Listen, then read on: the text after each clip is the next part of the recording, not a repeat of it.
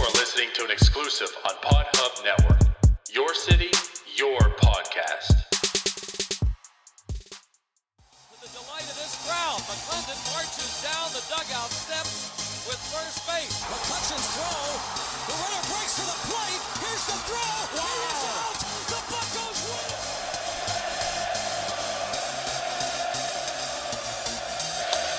That ball's hit well to left center field.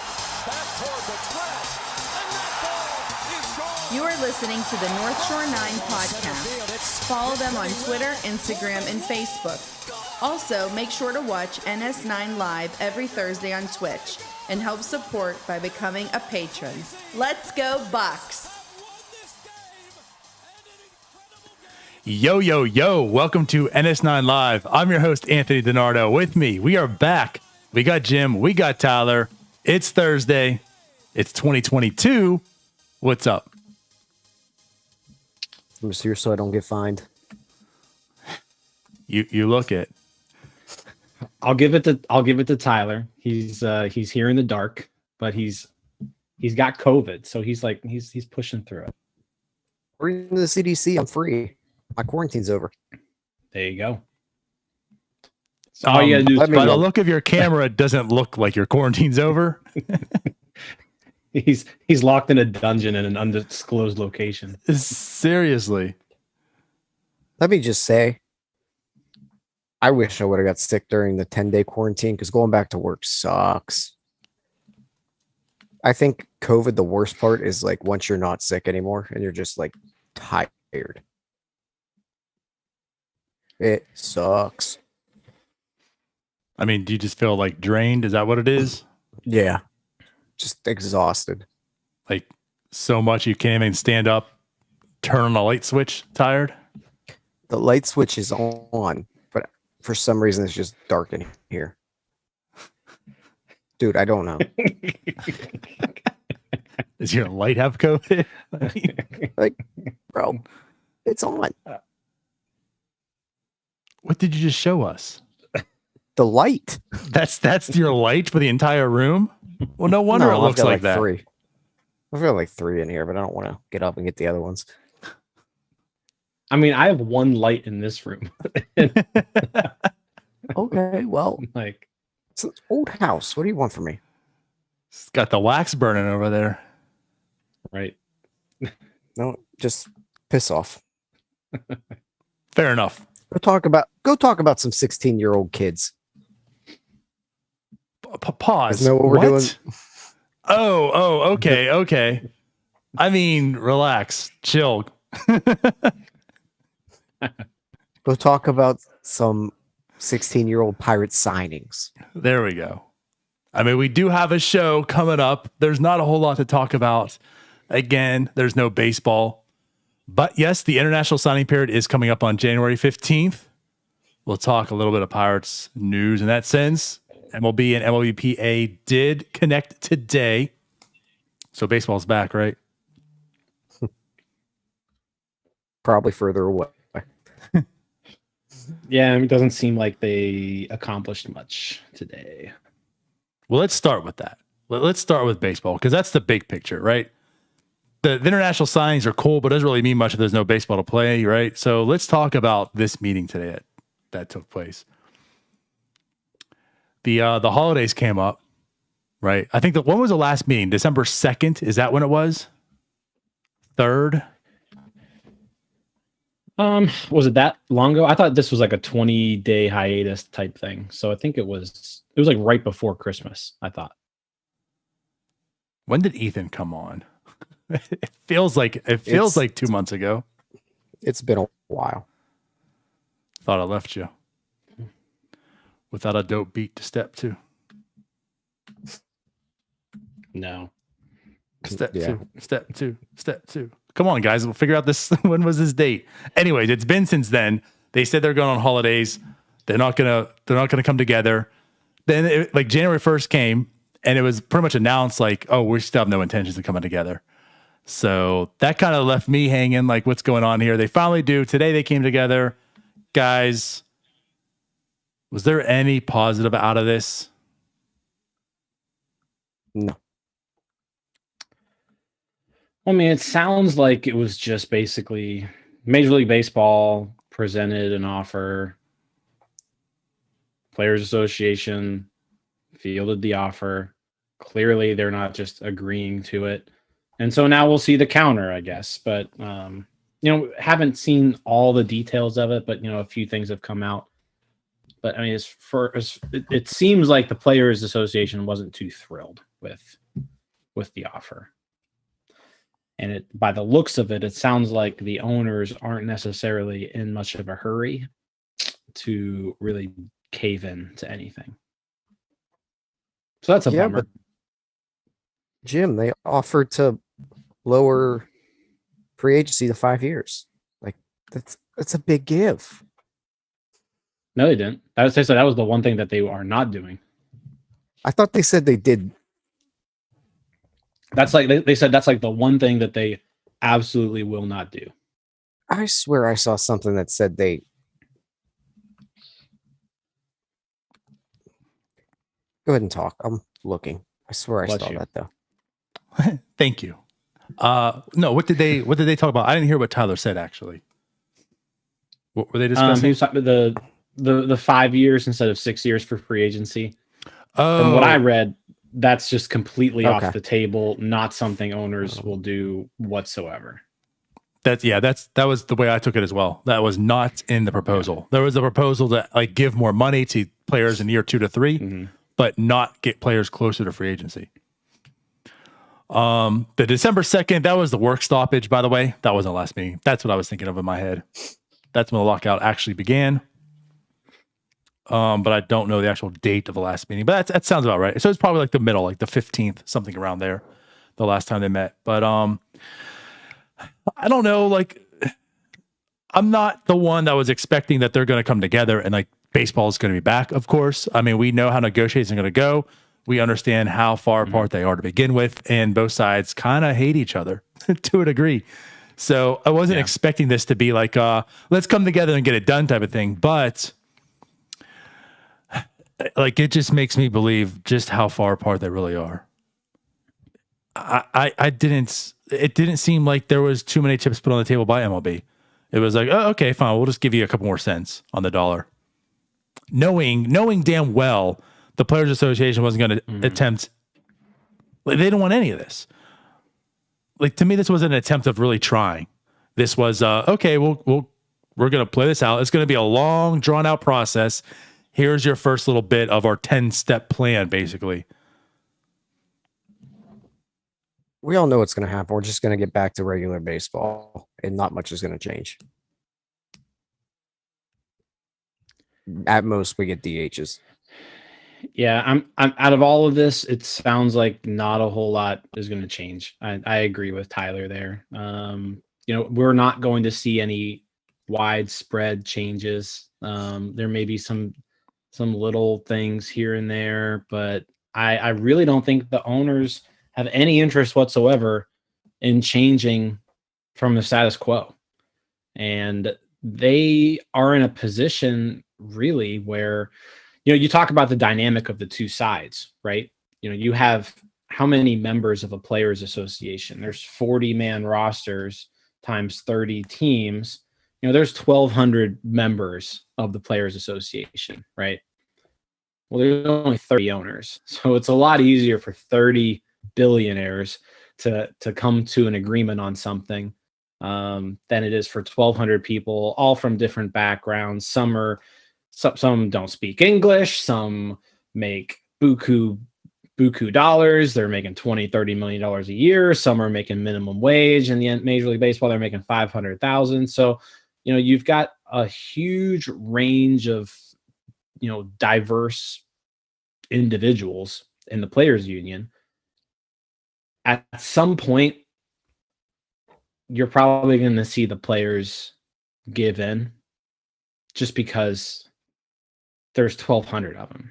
And at some point, it's going to skew that more than half of them are going to want to go back to playing and receiving paychecks. Whereas the owners all have, net worths of somewhere around $1 billion or so. They're not in a hurry. they're all in agreement. They know what they want. They don't want anything to change. So they're in no hurry to do anything that would cause a big change. Yeah, I truly feel it's one thing. Like the owners do have a lot of power in this, unfortunately. But it's just like you said, Jim. You know, we discussed these aren't really even like these aren't sports organizations anymore. It's a whole conglomerate. You know, they're sports teams, they're real estate companies, they're all this. You know, their entertainment business. You know, they have all these streams of money coming in from elsewhere.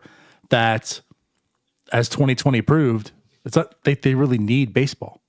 You know, if there's some missed time in the season, oh well, they'll claim poor and they'll tell you about all the losses they took.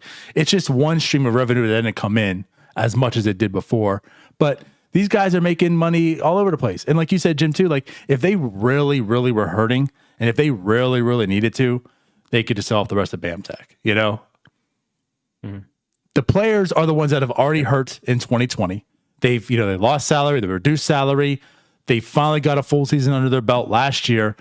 And now they're going back in the situation where we could be out of money again. I understand that these sides are far apart. And, you know, apparently the Players Association has money put away so they can go ahead and wait out a little bit here. But ultimately, who can afford to lose that paycheck at the end of the day? It's the owners. So if there's a side that can say, let's go ahead and wait this out, let's play hardball all the way to the end till one side caves, in with Tyler in his cave there, it's the owners. The players are going to balk at some point and say, we need to put food on our table. And I say that, you know, relatively speaking, but they need a paycheck. They've gone for how long without one? So you're right. And that's partly what this proposal today, show me. There was not much movement at all. I really, really feel the owners are just going to be like, we're going to drag this out. They didn't put many chips on the table at all today. So how motivated are the players to get back and just accept something to play baseball again? And not to mention the owners hold all the chips in just terms of payroll. You know, if they don't have a season, they're just going to suppress wages and even more. And it's just going to hurt the players more in the long run. True. They hold literally all the chips. Yeah, I mean, it sounds like, I'm just reading Jeff Passan's article here. It really sounds like there's just like three things basically that Major League Baseball brought to the table. And I don't know, we'll get into the details of them, but I mean, one of them in particular, I actually kind of like, actually I like a couple things that they propose. It's just, is it enough? Right. I don't know. But it sounds like the owners aren't these aren't widespread changes like a lot of people are talking about and hoping that happens. These are little tweaks here and there that overall I don't think the players are wanting more than this.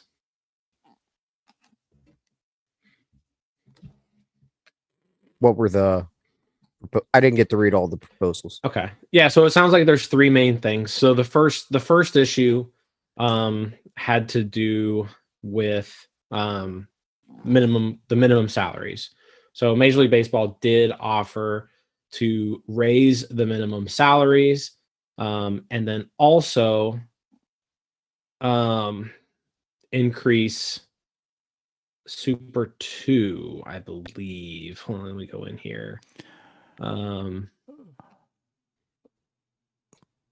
I know there was a whole incentive of giving draft picks to teams. Well, that's the second piece.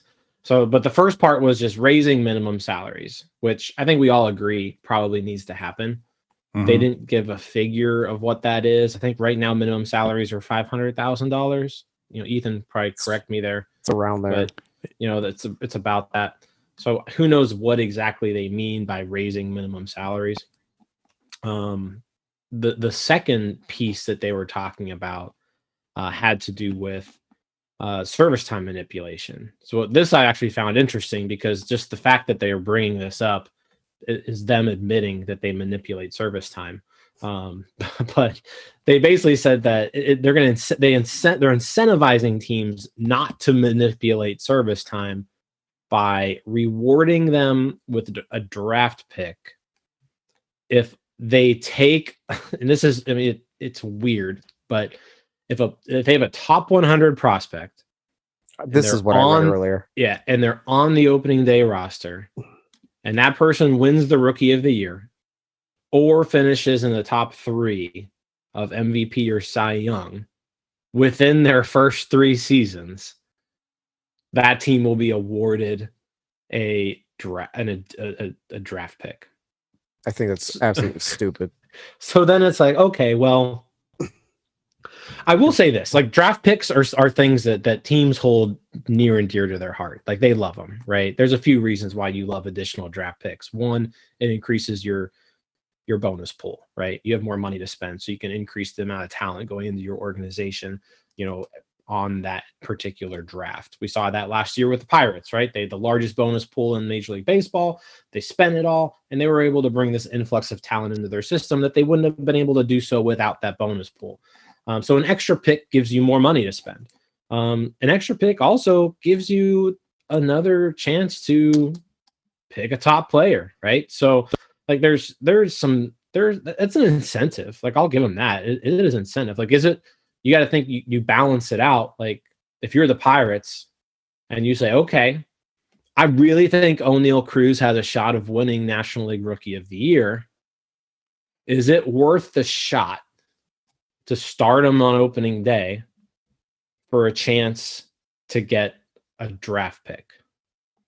How many teams are going to take that chance? How many won't? I don't know. That's where, I guess we would have to see this in practice.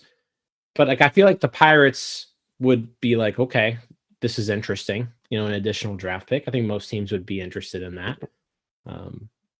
So you just kind of weigh it.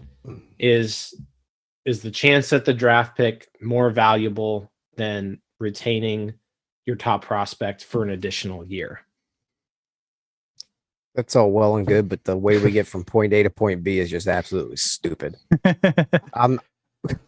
Right. Like, and like basing it upon a bunch of writers' votes who can pretty much just manipulate it however they want. Well, it's just dumb. You're basing it on writers' votes, but also implementing it on some particular set of scouts' votes. Like who quantifies the top 100? Do we go by pipeline? Yeah. I'm sure it would be pipeline because it's branded pipeline, right?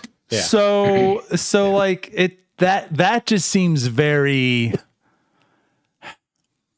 that's where to me like it's dumb too. Even dumber in that sense. I'm more okay with the writers voting on it than that's stupid. A set of people predicting who these top 100 are, because now granted, I mean they're good at their job. Like I'm not poo-pooing on anyone and telling them they're dumb and they're stupid, but there's a reason why there's like 4 different lists out there and they all vary.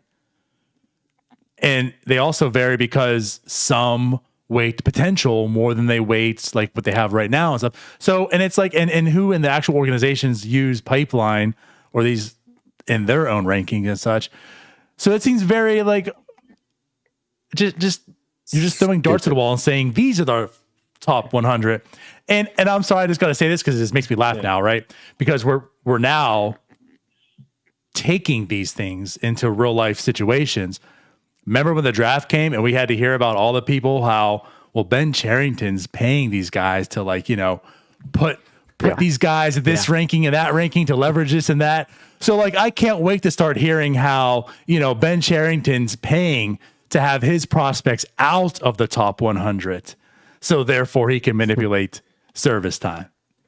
I was like, I forget who tweeted it out, but someone was like, I can just see Matt Vasgersian right now saying, well, Harold Reynolds, I'm really surprised that Bobby Witt Jr. was left out of this year's top 100 list.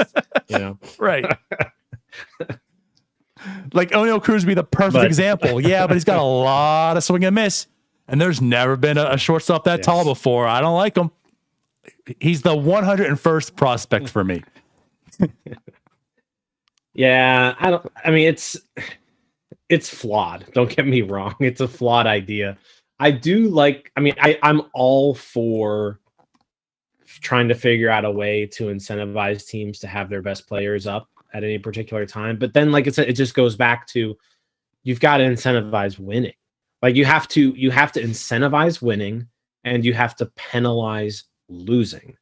Like that's how you do this, right? That's how you make a competitive league. And nothing that they brought to the table today does that. I mean, as far as driving competition, that's the players union main gripe right now, is there's too many teams out there that are literally trying to lose. And so the teams that are trying to lose have no interest in spending any money on their union members, right? So they've got a problem with them. And the Pirates are a main culprit, right? Like the Pirates have no interest in spending a lot of money right now. And that's an issue. Like the Pirates they're not trying to win. They're trying to lose as many baseball games as possible. And that is not good for the overall competition of the sport. And it's not in the players' best interest, because they aren't getting paid what they should, because instead of 30 teams, trying to get high quality players, now you only have 20 teams. Even 20 might be pushing it. Yeah. Right. Which, by the way, so some stupid. catching up to do. Yeah. Ethan's here. He's live and present with baby on shoulder. He is. So once again, also congratulations, Ethan, on the baby. Yes. Congrats, Ethan. But he does state, yes, so the minimum salary is $570,500. That was close. You're close. Just off by $70,000. They'd bump it up to 600. Right. Yeah. Watch that be what the proposal was. 570 to 600. Yeah. Come on, guys. We raised it for you. Yeah. I mean, that's the issue here. The issue here is, how do you incentivize winning? How do you penalize losing? Like there needs to be ways. You can't be rewarded for losing. Can't be rewarded for losing as often as teams have to lose. Correct. To stay competitive or to become competitive. Because in the Pirates' minds, they need to be bad for 3 to 4 years in order to have maybe 2 okay years where they might have a shot at getting to like an NLDS. So there's a balance that there's no way they're going to strike ever. And we're just going to be stuck in the same old boat. And what I want to say too about this whole thing is, I mean, I at least appreciate the creativity from MLB on this. I honestly, I do. It wasn't executed they had well. To get high into this is like the perfect. I mean, this has like Manfred like written all over it, right? It was creative. You thought of something different. You just executed it terribly. So again, like, how do we end service manipulation? It's a good idea. It is a good idea. Like, we're going to reward picks. I could see, like you said, the Pirates, like, okay, it's day one. Let's have Rones in here and let's have Cruz. Like, let's do it. These guys saw some time last year. Let's have them here from day one, not worry about it. We're not trying, but at least they're here. And maybe not so much for the team like the Pirates, because we know they're still going to be pretty bad. But what about that team that's like maybe somewhat on the cusp?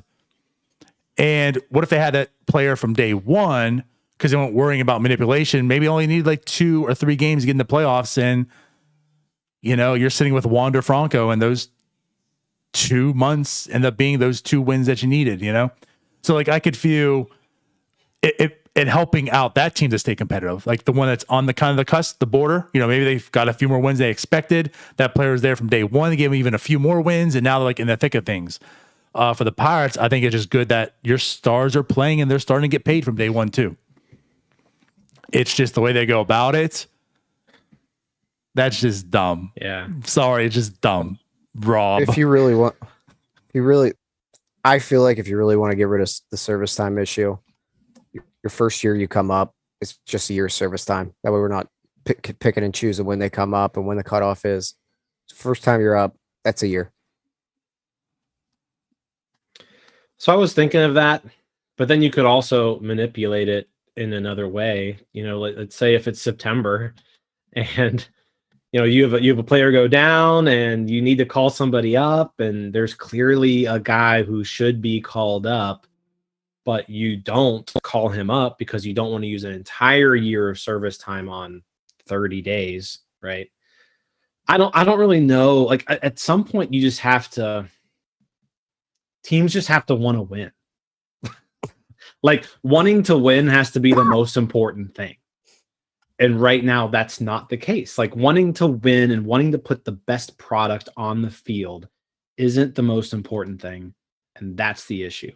I know you said, you appreciate the creativity here. The one thing that makes me laugh about this whole thing is Major League Baseball is basically proposing to the players union that they should be rewarded for doing what they're supposed to be doing. Like it's like, what they hey, all I'm say doing they what already I'm do. yeah, I'm doing what you wanted me to do, so I'm going to reward myself now, right? So it's very flawed. And listen, it goes down to the teams have to the number one priority should be putting the best players on the field every night, and that's not the priority. The other thing that you can eliminate is the whole like April, whatever date it is anymore, where you get the extra year. That's just stupid. Yeah, it's like 170 days of service time. It's just dumb. 172. Ethan probably correct me on the exact number there. That'll He's probably waiting. fix it. That's We at got that least fixing YouTube the delay. large markets. He'll be here in a few seconds. Yeah. I think it's 100. feel like- I want to say it's 170 or something. So, They got to miss like 2 weeks and they get an extra year. Well, Yeah. I feel like if you just eliminate that, you can kind of meet in the middle on the free agency thing, because now there's no more 7 years, 4 years of arbitration. maybe 172 days. So 170. So there's 187 days in a year. 172 gives you a full year. So yeah, 15 days. You have to be, if you're off the active roster for 15 days, you're good. You're less than a year. And we've seen them both ways too. Like we see players go down for the All-Star break, like the manipulation there, because they're not going to play for a few days, right? We got the week off. So it's like, all right, we'll burn these 10 days to get you down the minors and take away service time. I laugh at that part too. Also, we haven't seen that in a while, I feel like, but yeah, that's pretty that's blatant right there. Yeah. But like you said, Now he Jim, needs 2 weeks it's down stuff there. that these teams tell you that they're not doing. We're not manipulating at all. However, we'll incentivize you for not doing the stuff that you're not doing, apparently. Right. Exactly. So, yeah. I mean, that was the second piece of it. The third piece of it looks like it has to do with the draft and just kind of tweaking how that works. Major League Baseball proposed the three-team lottery, but also that you were not eligible for the lottery in 3 consecutive seasons. So this I kind of like, right? This is kind of bringing back to, remember what I had said before, where like if you finish in the bottom percentage or whatever a certain amount of years in a row, like you lose that pick. That kind of accomplishes this here, where you can't get a top 3 pick, in 3 consecutive seasons, essentially. So I like that. I would rather that be almost widened a little bit, like maybe to 6 teams or 8 teams, maybe 6 teams. I feel like 6 teams are fine. If you top 24, finish in the top 24 at least once. But I like this concept because it's gonna, like, teams will do whatever they can to not suck 3 years in a row, like just completely tank. All right, guys, this is year we got to try to win 70 games. Yeah, I mean, you look at the Pirates right now. Yeah, if you look at the Just good Pirates, well, I enough. guess the Pirates finished 4th, so they're there you go. Or were they 3rd? Wait, no, Orioles, Rangers, Diamondbacks, so they're 4th, right? Pirates I finished don't even remember. 26. Honestly, lost it's crazy how we went on this like little hiatus, and it's crazy how it feels Yeah. like it's been 3 months. Yeah. I want to say we have the 4th pick, but yeah, you're right. We haven't talked about the Pirates in a month or so, and so it's not God, it's not been fresh great. in our minds. But yeah, just like so that's Major League Baseball's proposal is don't finish in the bottom 3 years in a row. I said I'd like to see that extended a little bit. And the players union, the players union offered, apparently they countered at an 8-team lottery that was like that. But ownership recountered with the 3 again. So looks like they're not looking to. That's not exactly a recounter. Yeah, looks like they're not looking to budge off of that 3 number. Yeah. So by the way, just so you do know, yes, it is the 4th pick that they have in 2022. Yeah. So they probably did it just for the Pirates, so that they could suck again this year and still get. Nutting he was not budging from that. Yeah. But I guess Baltimore might be in trouble there, like if this were to go into effect. Do you think it would be retroactive or would it start from? I feel like it couldn't be retroactive. Yeah, I don't know. So theoretically, Baltimore could lose like 3 more times and have because Baltimore 7 top 4 picks. Although Baltimore, I think, picked 5. Cowser was number 5 overall that past year. So I think their 20 was. You're probably right. Yeah. Yeah. That weird year. So, yeah. So everybody's good. So based off of this, so basically they proposed nothing that would penalize any team right now, which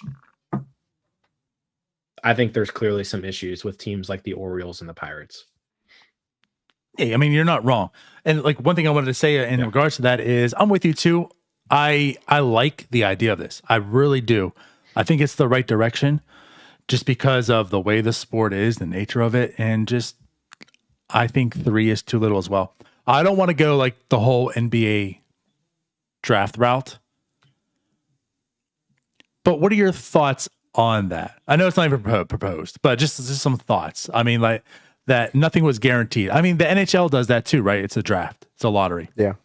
Like, what are your thoughts on a lottery type of situation? Would that even enhance this more, or would you just rather it stay the same, but just the top 3, 4, 5, 6, whatever it is, you can only do for 3 years and that's it? I think the lottery's fine, but you can't go the full NBA and NHL route where like every teams are in the it. lottery. Right. Yeah. Because then that's just too many for baseball. Because in those sports, half the teams make the playoffs. Yeah, I would be more in favor of something that penalizes being in those bottom teams consecutive seasons than a lottery. Like I wouldn't be opposed to a lottery system. Why not both? Yeah, and why not both? I'm fine with that too. But I think what I would definitely lean more towards, if you suck multiple years in a row, you lose a pick. You lose that pick. That would be what I would lean more towards. I feel like that's too harsh. But I feel like the penalty is you do pick outside. So, just if you want to make it the top 6 teams, then everyone just slides up and you're picking number 7 now. And that's just what it is. Because to lose out on a pick, I know, Jim, but so I have the empathy for the team that ends up being the Cleveland Browns of MLB, and they're trying their hardest, Jim. Like, they're not manipulating. They're out here spending $300 million every year, but they have the ghost of Dave Stewart as their GM, and he just can't put this thing together, and they're just awful. Like, that's not who this is out there to hurt, Yeah. So, but then get a better management. I get it. Team. No, I get it. I don't want to take away a pick. I mean, to me, that's too harsh. It's just you're not gonna collect and stock up your top 6s. You're now number 7. Yeah, and I don't think you get the MLBPA really on board with losing picks either. Oh, I think you Just definitely would. I don't know if you do. I mean, Why would they care? I don't know if. So what if you lose the pick? Do you also lose the slot money? I could see that being the issue. Yeah. Oh no. Why would they care? Major League Well, Baseball Players They don't care Association about minor league. doesn't care about the draft at all. They care about teams wanting to win, and if taking away draft picks is going to accomplish that, then they'll be all for it. No, the MLBPA cares about the Major League Baseball players. They have zero shits about the minor leaguers, which True. that's their job. Yeah. But still, at the end of the day, that's your feeder system. I don't know. The more I think about it, I think I'm more on Jim's side here that they wouldn't really care because that's on like Jim. that's $3, $4, $5 million out of a team's pocket. But again, yeah, that's like some minor leaguer that they're not really worried about right now. And Yeah, the but chances that's are that person's not going to be part of the MLBPA in the future Yeah, anyways. So Okay, but that's still just more money in the owners' pockets. I don't have to spend it on draft pick this year. Well, it's not that they don't have no. I mean, the owners want the draft picks because that's where the value's at. Like getting a top tier player into your system for $3 million is a good deal. Like that's a good deal. yeah, You ask Steve talked- Cohen. yeah, you're right. Yeah, Cohen was like, I want these picks. Like it's positive value out of these picks. So that's I feel like that's you've got to punish the teams and incentivize them to not just tank year after year. And the only way you're going to do that is by taking stuff away from them. And the easiest way to do that is take away the pick. No one's going to be affected by this. The players aren't going to be affected by this at all. There's still going to be a number 5 overall pick. It's just the team that finished 6th worst is going to get it. There's still going to be the same amount of picks in the draft. Like nothing changes as far as the number of people picked. It's just one team doesn't get that pick. Everybody just bumps up. Yep. Well, then technically there wouldn't be the same amount of picks. But you're not losing the number 3rd player in the draft. You're losing the number I know. right. Yeah. Maybe there's one less 10th You're losing rounder Mr. picked. Yeah, Irrelevant right. and creating a new Mr. Irrelevant. Right. And all those people are getting signed to unsigned free agent deals anyways. Right. But yeah, I don't know. Like I'm just getting at, like I do appreciate the draft one too. I think that makes a lot of sense, and I do anticipate we will see some changes in the draft like this. I'm with the MLBPA. Like I think you are, Jim. I mean, I feel like more than 3 because in the grand scheme of things, money is probably the biggest positive difference, right? But like the difference between the pick number 1 and pick number 4 might not be a whole lot because just the way prospects go, right? We talk about like in the NFL, that's probably a big difference. That's a huge difference in some people's eyes. When it comes to the MLB draft, I mean, we're here talking about, should have been Machado, should have been Tyone, should have, what I mean? Like there's always questions. And how many number 1 draft picks? Not a ton, but like don't make it, and such. So it's somewhat of a crapshoot as well. I don't think that's a total punishment. I think the real punishment is the money that you're affected with. Well, just losing the draft slot, dropping from 1 to 3 is major. And that's what I'm getting at. That to me is the biggest issue, not so much the actual player that you're getting. Right. Yeah. One other piece here, if we're moving on from the draft. Yeah. Major League Baseball is continuing to push for a 14-team playoff. I'm okay with this. I know people hate it. I don't care. I want to have something to watch in September. If the Pirates are at 75 wins, I want to be in the playoffs. I don't care. I don't care if it waters it down. The game's already shitty enough. So I have no issue with watering the playoffs down. That's not an issue at all. My issue is if you're letting more teams into the playoffs, then it's just less you have to try. It's less you have to try to be good because you can be 500. You can just put out people and you're going to make the playoffs every once in a while. That's one thing I like about Major League Baseball playoffs is like you have to be a good team to get into the playoffs. Like you can't just luck your way into it. It doesn't happen. Maybe in 60 game seasons, right? But like over There's a course been of no 160 7-9 Washington football team making the playoffs in MLB. Yes. So like over 162 game season, the good teams make it and the not good teams don't. And so you have to try to win to get into the playoffs. You expand that playoffs to 14 games and you're letting in half the league. Teams aren't going to try. There's no incentive to try. They're not trying now. How do we get them to try? This doesn't get them to try. This is where I just don't care about any of that. I just want to watch my team play competitive baseball in something that matters. And it's selfish and I don't care. I think it does two things. I agree with Jim. Of course you do. No, I agree with both of you. I'm saying it does two things. Like I agree with Jim that you're going to have those teams. We discussed this, I think, last year on Starbucks. Neil Huntington would love the 12, 14, 16, how many playoff teams you want. He would love it because all you have to do is have a 500 baseball club. And if you get hot, then build upon it. And if you don't, we don't do too much. You just maintain that 500 and keep going. And I feel like this could do, just like a Jim saying, like you're not pushing all the chips in the beginning. You're not saying we're going for the playoffs. You're saying, let's just have a 500 team. That's all you need to get to the, if you're seeing a 500, in July, you can have a playoff push.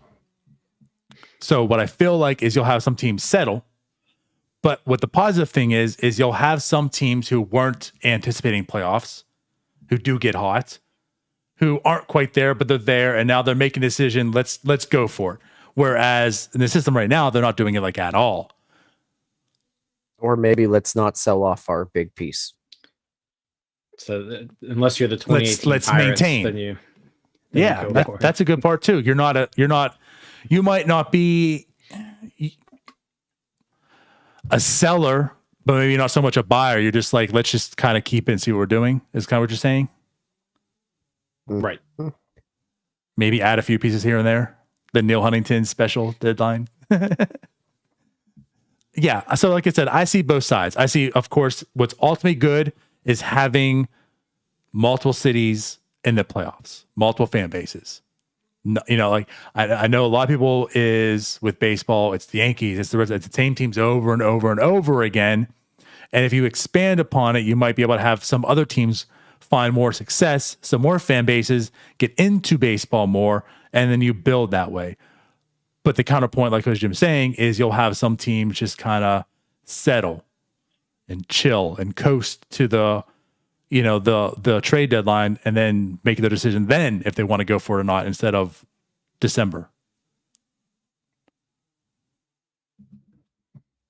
Yeah, I see both ways. I see both sides. And as a fan, yeah, it would be great to be in more playoff hunts, right?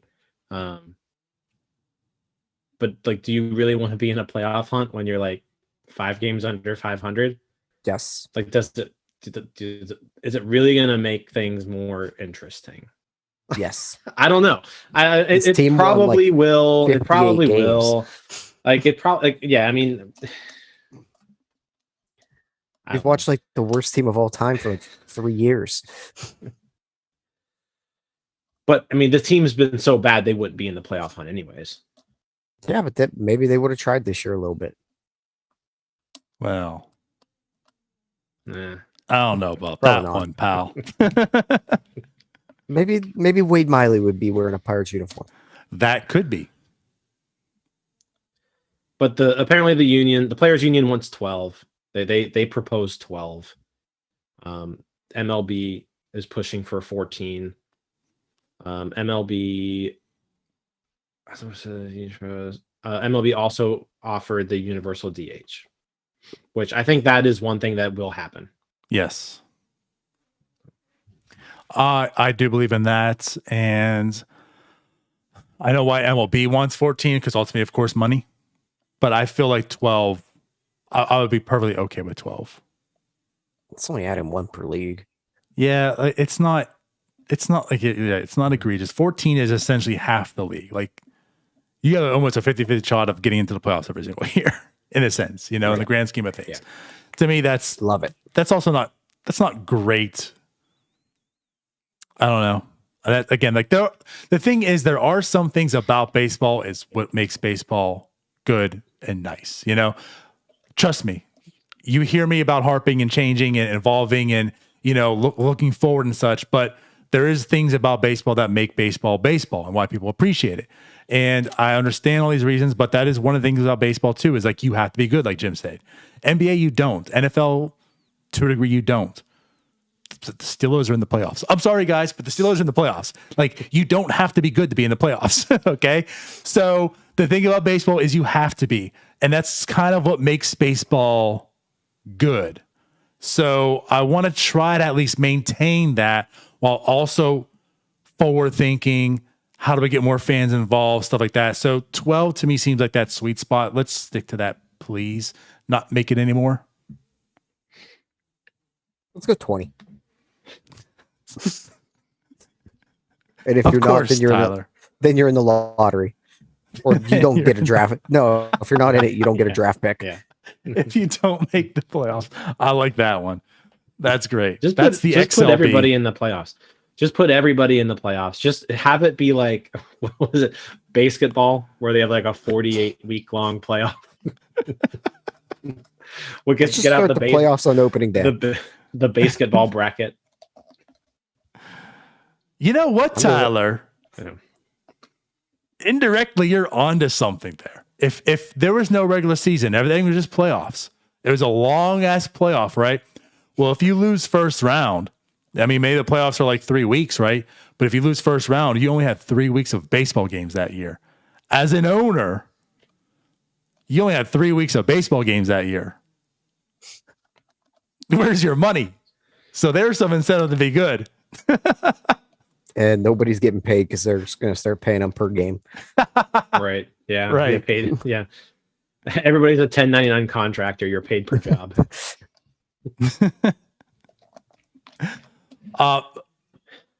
So by the way, Dave White does say he enjoyed the 97 Freak Show, as many people did. Yeah. I mean, that team had a lot. That was fun. And that was also totally, the entire NL Central was just garbage that year. So I think the Astros won the division with 83 wins. And yeah, I mean, that was a fun season throughout. It was a fun team. You had kind of a mixture of young guys who probably shouldn't have been in the majors with some old guys who really weren't that good, but they were like, they hovered around 500 the whole year. So yeah, that was fun. I remember that team. So I don't know. I just don't want everybody making the playoffs. Like, if everybody makes the playoffs, then what's the point of the season? I like the season. Think about that. How many people do you know? I mean, it's almost like a saying that I don't even watch the NBA till the playoffs. The NBA is a great league. I mean, Adam Silver, I think, honestly, is hands down the best commissioner in sports. Just my personal opinion, whatever.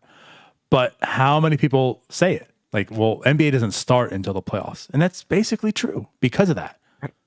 Adam Silver has no competition to be the best commissioner. Isn't that sad too? That's like, true. you're supposed to be like, you're there's only 4 major leagues and 3 out of the 4 just trash. Yeah, he's just it by default. No, I'm the same way. I'm the same way with the Penguins. I mean, especially since they've gotten Sidney Crosby. Like, I'll pay attention a little bit throughout the regular season, but I'm not watching games religiously because I know the Penguins are going to make the playoffs. They've made the playoffs like 15 years in a row. It's just they're going to get in. And then when they get into the playoffs, then I watch every game. But like the 82 game regular season is basically meaningless for me as a very casual Penguins fan, because I just know that they're going to get in somehow, and then I'll start paying attention when the games matter. Yep. That's fair. And also you see in the NBA, the regular season really doesn't matter the amount that stars rest anymore, which that wouldn't be a problem in the MLB. The Pirates love sitting their stars, That's true. especially. I don't know how much weight that has, but that's kind of a good point. Yeah.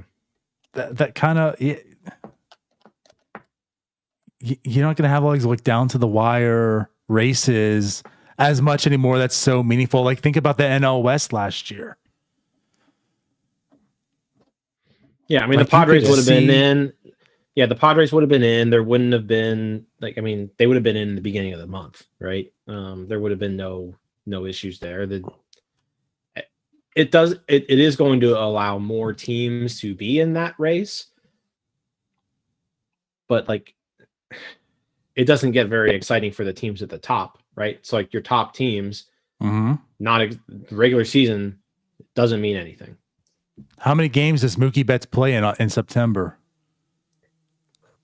Like just enough to keep his bat alive, you know? Like you make play like every Greg other day. Popovich Yeah. is coming to MLB now, and he's just saying like we're just going to rush these guys, and that's So also if kind they of a were- good point. So if they were to go to like 12 teams, I would hope they would do like a round robin for the 3 wildcard spots. Kind of like how like World Baseball Classic does it, where you kind of have like pools. Yeah, the 3 I don't- wildcard teams, have 2 of them have them play each other, then the team that loses twice or whatever, however it works, is out.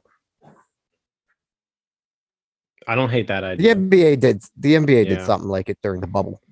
Yeah, I don't hate that idea. Yeah, the Instead NBA of did drawing that. out like a The NBA did that to like where they had instead of 14 teams, they had like 16, didn't they? And they like played a double elimination tournament. Like they played like a tournament Yeah. between the bottom 4 or something. Yeah. yeah, because the Lakers played the Warriors, I think. Yeah. That's interesting. I think with it It was a also little easier to do because easier doing a bubble because you don't have to travel. Right. Yeah. Fair. So it's But easier to regardless, do with moving on from tournaments that, and stuff. Yeah. you know, I think the playoffs make a whole lot of sense. I think the draft makes some sense too. Like those are things I think both sides can agree on. They're there, but in the grand scheme of things, these are also smaller parts of what really needs to change, and that's what MLB hasn't touched. So They're not going to. They're going to keep throwing out breadcrumbs. I fully believe that. And as I once stated that I was optimistic that the season will begin on time, no longer. I mean, it already took this long just to have their first meeting, and we saw the first meeting was really nothing. Nothing. Maybe we get replacement players and the Pirates might have a chance. You better start warming up, pitching Ginza. I mean, we are now 1 month away, Yeah, February 14th, Mm. from pitchers and catchers reporting. right. Like, is this thing going to get done in 30 days? And, No. and again, we talked about this on NS9 NFT for a little bit too for a second, but like the players probably could get away. I mean, we hear them talk to bring Tyler to this, like that they don't need this long of spring training. So like they probably could get away with 2 weeks. You know, I know like it's 30 days, but realistically, it's probably closer to like 45 days. That if this was done and they start at the end of February, beginning of March, we might be able to get baseball like on time. But that's still cutting it super, super close. Yeah, man, I think you'd have to be done. You'd have to have a deal in place by March. Bless you. You have to have a deal in place by Before. March. Like it has to be end of February almost to Yeah, me. yeah, like before March hits, Like- deal has to be in place in order for season to start on time. Yeah. Yep. These poor pitchers. You just came off the COVID year. Then you had to ramp all the way back up last year. And then you're probably going to have a shortened season this year with no spring training. Here we go again. Well, I mean, and kind of just to that point, the one thing that just sucks about all of this, especially if you lose more games this year, like in 2020, we had 60 games. So like you have an individual right now in Major League Baseball whose statistics and what he's done up to this point in his career. Like, the only person who has come close to what he's doing is Mickey Mantle, right? You have Mickey Mantle playing baseball right now, and he's like 31 years old now. And he only got to play 60 games in his 29-year-old season. Like you've got the best player who's like ever stepped on a baseball field, and he's played how many games in the last 2 years? And then if you take out more games from this year, it's just, and I'm talking about Mike Trout, obviously, but at the end of Mike Trout's career, right? The end of Mike Trout's career, you're going to look at like his counting stats, right? And things like that. And you're gonna be like, what could he have done if there was 3 full years of baseball and right in his prime, right? We're missing out on his prime. And so that kind of sucks. Like, I hate that. Like, as someone who just like really enjoys watching Mike Trout play baseball, like, I love it. I love watching the Angels play late at night. He's the best baseball player I've ever seen.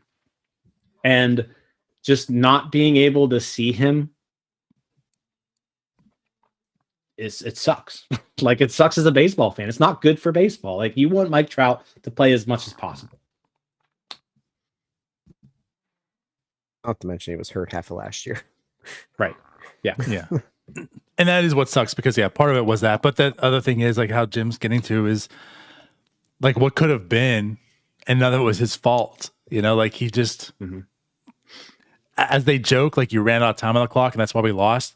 Like, he just ran out of games to play. Like, they didn't let him play. That's why he couldn't hit this milestone or whatever. Like, there's going to be something that Mike Trout doesn't hit, and you're going to look back and be like, well, if mom and dad would have got their shit together, he would have been able to get hit number 3,300, whatever it is. Now he's on 30, whatever. But I just feel like, like, what if it sucks? Yeah, I mean, it could just be something like, a 600 home run or something like that. It's on like, 599, short of that, but he would have easily cleared that. Or if we're just counting his WAR, like, if we're just counting his WAR, and it's like, okay, well, he finished second in WAR, among people not named Barry Bonds instead of first, and that was because he missed these games, right? Like, that would just suck. So that's my little Mike Trout trade tangent there. And see, I think the same about Juan Soto. It just stinks because what he's going to end up doing in the year 2040, we're going to look back and be like, well, he lost his COVID season, and then this season too. It's like, as a 22-year-old, 23-year-old, like, he could have done all this stuff, and he didn't get that opportunity. And that's why he missed out on hit 4,500. Shut up, Tyler. Good Lord. But anyways, to move on, yes. So it is cool that they came together. Great. Wasn't expecting much. Was maybe expecting hopefully a little more than this. But let's go ahead and pivot this. Let's get into the prospect stuff. Let's go in Pirates. So January 15th, the 2001-2002, air quotes 2001-2002 international signing begins. Are we excited about this? There looks to be a couple of players that Pittsburgh's probably going to sign. It's all potential right now, but it does look like it's going to happen. And if you, I guess, want to look at MLB Pipeline, because Pipeline wants to be the all-inclusive prospect list for people's salaries. If you want to include Pipeline, they have them both in the top 13. Now I got to look at it to be sure. I was looking at Baseball America, which doesn't have one of them on it at all. Which doesn't have one of them on it. Well, that's because Baseball America was ranking them by estimated bonuses. Yep. And so Blanco wasn't on that list because he was expected to go to the Rays. Turns out it seems like the Pirates are now like, hey, we're going to offer you more money. So he's now expected to sign with the Pirates. So he may get into that list. I mean, it's rumored that he's going to sign for $1 million. If he signs for $1 million, he'll be in the top 50 as far as international prospects go, with bonuses. But yeah, looking at MLB Pipeline's list, Tony Blanco is ranked number 11. Yordani De Los Santos is ranked number 12. Yep. I mean, based on that list, that's pretty good stuff to get the two guys in the top 12, two top prospects. I mean, I understand some people like to look at this and be like, well, he's not the number 1 prospect, he's not number 2, number 11, number 12 prospect. It's pretty good stuff from. I mean, so far what I've seen in Charrington, he had a nice year last year. Well, the last signing period, I should say. So for what we saw, so it's nice seeing Pittsburgh baseball getting back internationally, but also what I want to say to it is the fact that they're also going, again, respectively saying 11 and 12, they're going for higher end talent. Like we've never really seen this before. Mm-hmm. Yeah, and if you think last year, Shaylen Polanco was the team's biggest international signing. He was the number 11 prospect on this list last year. So, there was a pretty big deal made about Polanco being signed. I think he had the largest signing bonus by a Pirate international player that wasn't from like as far as from Latin America and not like Mexico or some Japan or one of those places that he wasn't playing Luis baseball. Yeah, so as far as this year, they're expecting to sign 2 players who are you could look at as the caliber of Shaylen Polanco. That's that's substantial. Very. It's Tony cool. Blanco looks like a huge guy. They're 16. 16 years old. He's 6'5". He looks like he's a cheeseburger away from being an offensive lineman. It's a big dude. He is a cheeseburger away from being an offensive lineman. I don't know how to. Yeah, like it's one of those things where like you look like you're 16, you're 6'5", 230, but then you're also like, well, damn, you're 16, you're 6'5" and 230. Right. Are you using Jose Tabata's guy for the birth certificate? I am 12. So he's someone who, maybe you get him into the system, you work him out, and he just turns into a monster, right? De Los Santos discovers McDonald's. Right. Yeah. De Los Santos seems to be a really good defensive shortstop from all accounts.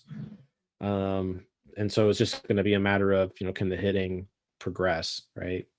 It's hard to project 16-year-olds and on what they're going to do, but it sounds like, defensively he's a shortstop, which is always good.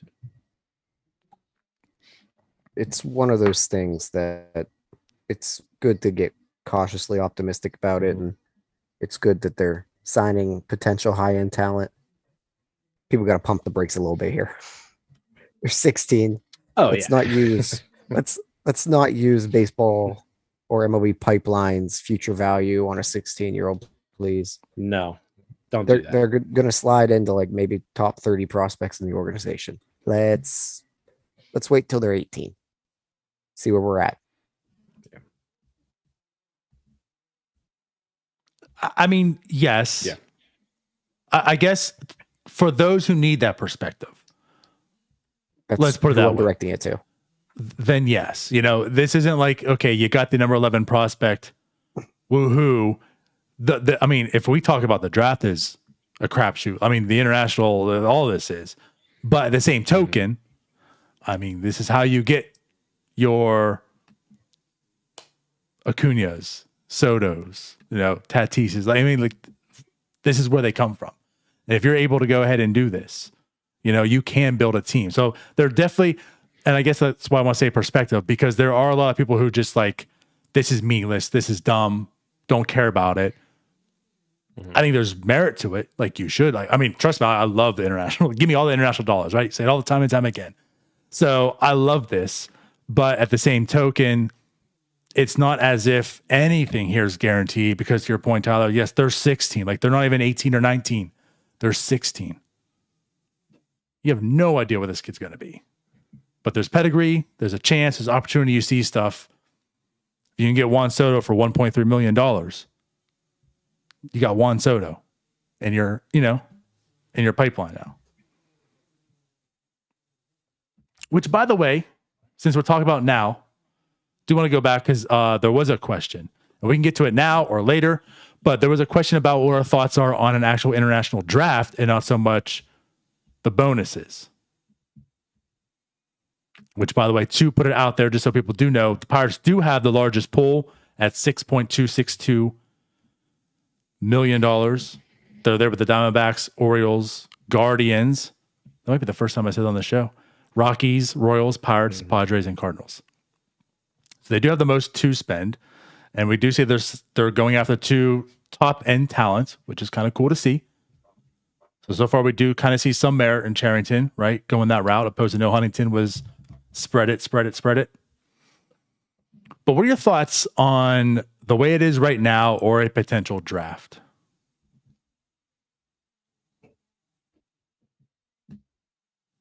I don't know. That's a good question that I don't really have the answer to, unfortunately. It sounds great in theory because Latin America is the Wild Wild West. Mm-hmm. And we've all heard the stories of what happens. I mean, just look at Miguel Sano. Yeah. And an international draft probably wouldn't be the worst thing in the world, but it's also just another way to cap spending. So Ethan loves you already because he already put that in the chat, right? It's another way. Mm-hmm. But I'll say this. Maybe I'll talk first while you guys gather your thoughts because Ryan and I have discussed this before in the past. I've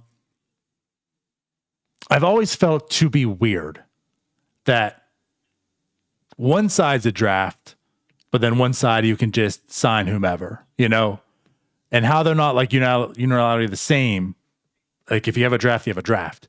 And so if you're not going to have them together, then why you don't just have an international draft, which your amateur draft? I don't understand why they'd be different. But also at the same point in time, when we had those discussions, that's when it was more structured that you can spend whatever. Like you can give your $60 million to Moncado and call it a day. And there's teams like the Pirates who just can't compete with that. So that's why you had teams right now like the Pirates like would want to fight maybe for a draft because we can't compete and give $60 million to a 16-year-old kid. I think with the way it's structured now helps. I think it's now fair, really, put out there. Like no one really has an advantage. But to your point, it is still capped. You say about restricting salaries, but it is capped. So couldn't you theoretically just have the same bonus pool money and just divide it up the way it's divided up? And you just have the draft to do it? The whole thing would need to be overhauled just based upon these guys getting signed at 16. It would. I just bring it up too. It was a question asked, but I'll just say I'm not saying one's right or wrong. The way it's structured now, I don't think is that big of a deal anymore as it once was, because again, you had the Red Sox and Dodgers just cleaning up. But I have always just found it odd that they're different. I think we're asking the wrong question. Why don't we eliminate the draft in America? Gee, you're just like pandering to Ethan here. What are you trying to get out of Ethan?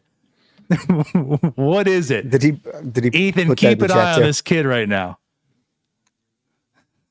Look at Tyler becoming all pro spending. I like it. I'm pro Pirates being good, whatever it takes. Well, the draft will help the Pirates be good. Right. So well, if they have a bonus pool, then you never know. Maybe they get more money for being bad. What has COVID done to you? They have a bonus pool right now. Yeah, but I mean, and now they can spend it on whoever they want. Yeah, but instead of being limited to a couple guys who are available to them when they pick. Yeah, but if we let them sign whoever they want and they have the fourth pick, then let's just throw our money at the good guy. You're also failing to realize that those players can sign whoever they want. Yeah. It's a two-way And street it's not now. gonna be- So I think my thing here, I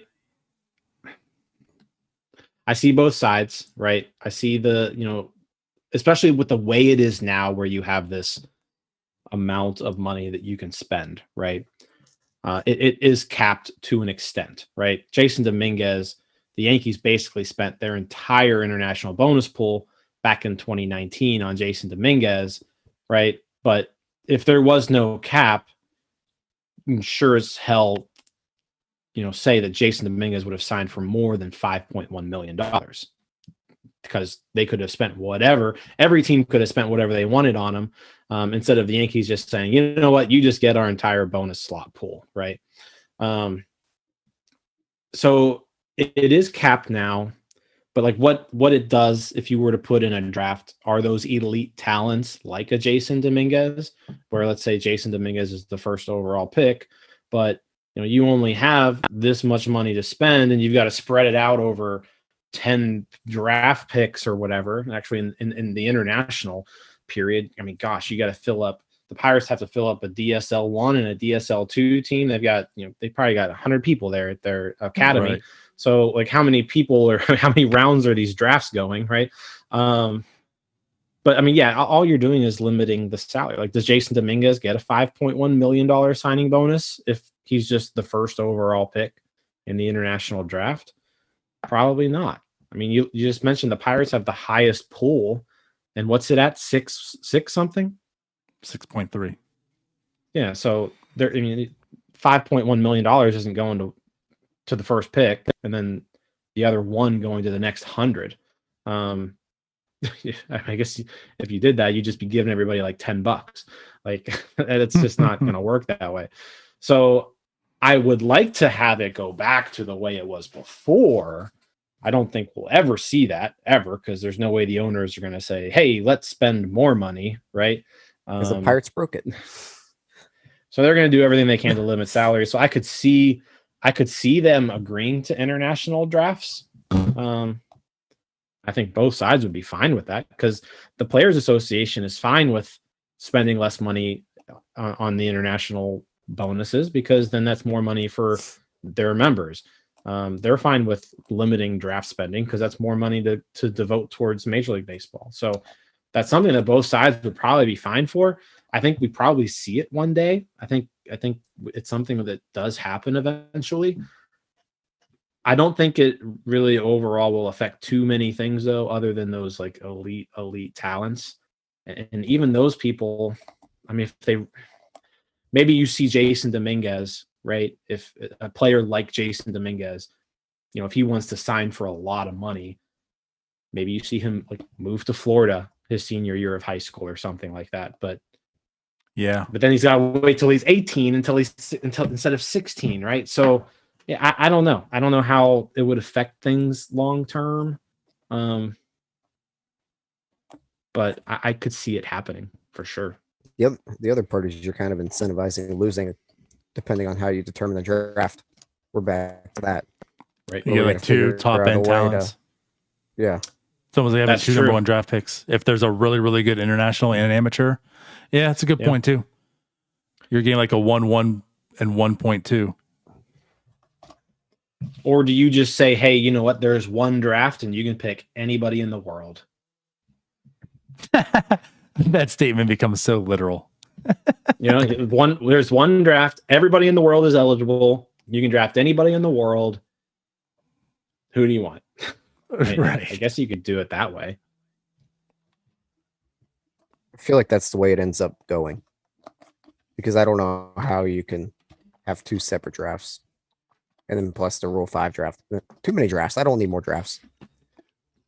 Then you got the minor league portion of the Rule 5 draft. I don't need all that. Then you got the AAA and the AA, versions. Yeah, right. That might realistically be it then. It might just be one giant draft instead of two. Then are you waiting until they're 18 to be eligible? I mean, is a kid in America going to go to Latin America so he can be eligible? So then that's what you could have. You've got like Bryce Harper could say, you know what? I'm gonna move to the Dominican Republic. I'm going to move to Punta Cana for a little bit here, play in the Dominican Republic, and then I can get drafted at 16 now instead of waiting until I'm 18.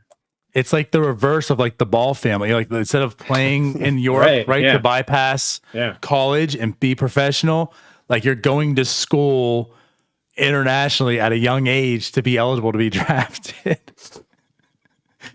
How wild is that? Could you imagine moving to the Dominican at 16 just so you can get drafted in MLB and get paid? Well, what if what if IMG Academy just opened up like a Dominican Academy? Yeah. You know? That would be it.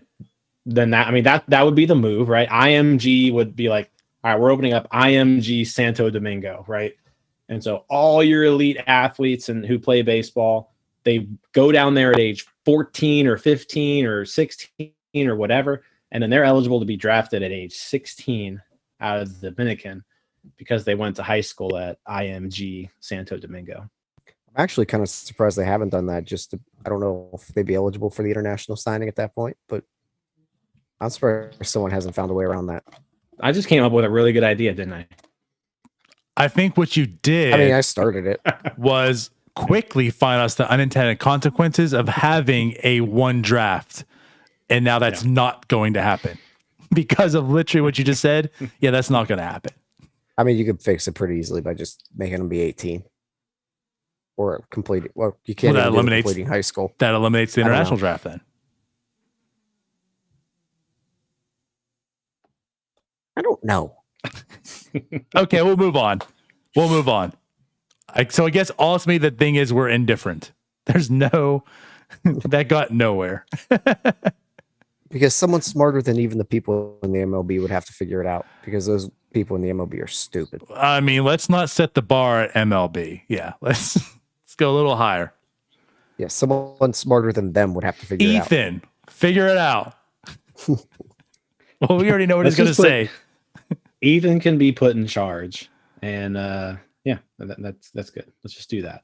That works. Ethan thinks you should be able to be signed at 14 in America.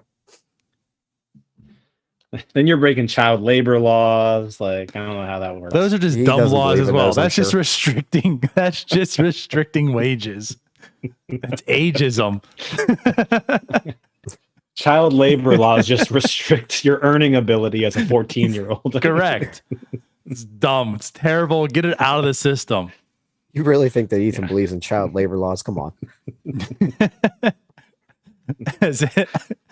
He's like, this one's 2 weeks old already. Come on, I'm already working on its plan right now. Ethan's baby is his intern. Right? We're gonna have teams sign him former major leaguers' babies that break out of the womb. All right. So let's do this. Let's get this back onto the prospects. We'll definitely a tangent here. But if there's anything more to really talk about these two guys, just my point of view, I like it. I'm worried about the size on one, but again, like right now, at this point in time, they're 16 years old. The allegedly 6'5", 230 does both. It excites me and worries me, but it could ultimately not matter at the end of the day. But like if this guy ends up being like this monster, who like if you're getting like the next Aaron Judge, right? Hopefully what we think O'Neal Cruz might be or something, like if this is that next dude who just comes up here and like is just a beast and a mammoth and can just mash home runs all day, cool. But then he also could just flame out. But that's what you're getting in the international prospect. Like that's what we're getting out of them. But again, like everything so far, it's tantalizing. It excites me. I'm happy he's a Pirate, and we'll find out. It's funny because Pipeline's write-ups of these people are just so Harold above Reynolds and wrote beyond, right? Like, I mean, this guy, he's 6'3", 6'5", 230. They're saying he's got a 50 run tool. I don't believe that. How? I don't know. But yeah, I mean, they're saying here, he's got good bat speed, tons of raw power with 40 plus homer potential, advanced strike zone awareness, and pitch recognition beyond his years. Like they're making this kid sound like he's the next Vlad Jr. They give him a 55 overall future value. I don't know if anybody on Fangraphs in the Pirates organization has a 55 future value. Okay, so Henry Davis one. The number one draft pick. So in the number one year. pick in Major League Baseball, Fangraphs puts it 55. And MLB Pipeline saying the 16-year-old who ranked 11th is just as good. Everyone's already said it. They're going to change it, and like as soon as the signings go official. Oh yeah, right. Because like, what was Polanco was probably the same last year. I mean, well, just to kind of stop you there. So just scrolling down. I'm at number 28 overall, 55. I'm at 29, 50. Okay, 50. So number 29 prospect is 50. So we have 28 Henry Davises internationally. Everybody gets way to one. grade. Yeah, everybody gets a Henry Davis. Right. That's just dumb. Yeah. Like, what's the good in even grading them at that point? To get people like us talking. I guess. But I mean, yeah, as I said, those are to be taken with a pretty giant grain of salt, right? Their write-up of Polanco last year said that that he has a very good feel for the strike zone. Well, he struck out 25% of the time in the Dominican Summer League, facing 16-year-old pitchers who can't throw strikes hardly. So he had 284. Not according to their write-ups, Jim. So it's like, yeah, it's just not really happening. I mean, some of these guys will pan out, right? So like, let's go back 5 years, right? Let's go to 2016. And I just want to like show you this list, right? So in 2016, out of the top 10 players on Pipeline's list, I don't think any of these players are in the majors. Well, they'd only be 21 now. 21, 22, 22, 21. Okay. So let's even go back. So they're one. Let's go to 2015. Let's go to 2015. So these guys are 22, 24, 25, 23. There is Vlad Jr. and Christian Pache. So 2 out of the top 10 have made the majors. 1 obviously is really good. 1 hasn't been able to hit yet. The other ones, I don't think any of these guys are even on top 100 lists. I don't know who these people are. Lucius Fox, I know, but he's not a top 100 prospect, I don't think. So not anymore. Gilberto Celestino did debut last year, but so I guess 3. I take that back. 3 out of the top 10 have made the major. And neither of these guys are top 10. Right. So and once again, pump the brakes. So I'm on Baseball America, and I'm looking by bonuses, because that's what they go by. And like you mentioned, Fox, number 1, he got $6 million from the Giants. Vlad Guerrero, number 4, 3.9 from the Blue Jays.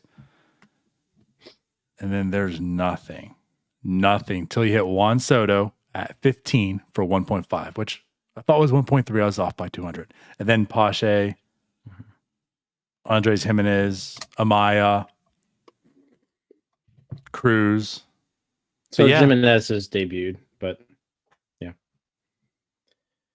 But that's again, like that's just the thing. It's a crapshoot. But yeah, but that's so like I said, that's also the same time how you can land a Juan Soto.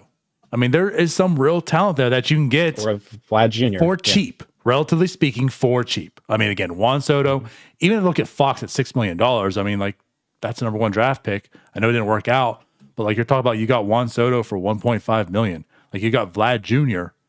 for for $3.9 million. I mean, you can get yourself future MVP type of caliber player. Right. I mean, you can, Right. You can get the next Juan Soto, you can get the next Vlad Jr., or you can get the next Lucius Fox, who's an exciting player. He's an exciting player. He's just can't hit. Shout out to the Bahamas, though. That pipeline's getting stronger. Shout out to the Bahamas. They are. I mean, you got Jazz, right? Or was Jazz from Bahamas? Yep. So, yeah, shout out Bahamas. Mm-hmm.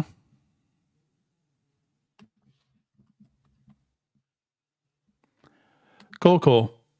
All right, so that pretty much wraps up our MLB draft, MLB international draft, MLB MLBPA talks. We kind of went all over the place today, and these prospects. So I guess, with that said, we've been going on for a bit of time. Anything else you want to say before we wrap this up?